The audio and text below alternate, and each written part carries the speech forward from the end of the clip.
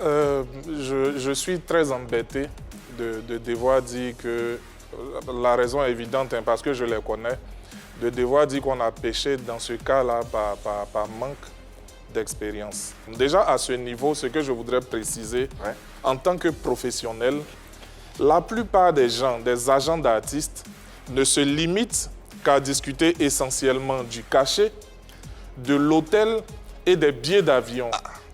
Voici ce qui constitue principalement ne lise pas la totalité du contrat. Il ne se focalise malheureusement que sur ça. On veut 4 billets, on veut être dans tel hôtel et on veut tel montant comme cachet.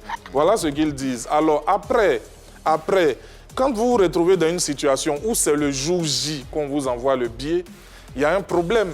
Il y a un problème dans la mesure où ça signifie clairement qu'il n'y avait visiblement aucune clause qui précisait le deadline à partir duquel on pouvait ou ne plus venir. Ça, c'est une question essentielle aussi. Il ne faut pas se limiter juste au cachet, à l'hôtel et au billet d'avion. Je veux mon billet au plus grand tard 3 jours avant l'événement.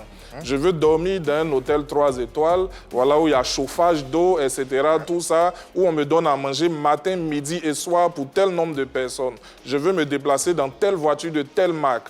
Et la voiture doit venir me chercher à l'aéroport dès que j'atterris. Et le plus important, et pour dire ça, je vais illustrer. C'est possible de notifier tout. Oui, mais c'est ce qu'il faut faire, justement. C'est même obligatoire. Avant même, ça va vous surprendre, avant même de parler d'argent, j'ai vu la fiche technique de Maître Gims. J'ai vu une fiche technique de Fally Ipupa quand il allait jouer aux États-Unis. Je vous assure que même ce que ces visiteurs doivent manger et boire, il a détaillé ça en nature et en quantité. Je vous assure. Et il a exigé qu'on lui présente les reçus de là où on est allé acheter parce qu'il veut s'assurer que ce sont des produits de qualité avant même de parler de cachet. C'est vous dire. Alors, ce qui se passe en ce moment, c'est qu'on s'est focalisé sur des éléments qu'on a estimés essentiels et on a négligé beaucoup d'autres détails qui, dans la réalité, sont ceux qui déterminent si l'affaire, si le spectacle va bien se dérouler ou pas. Et donc, pardon, mais pour terminer, je voudrais illustrer quelque chose. Je pense que la régie a la capture.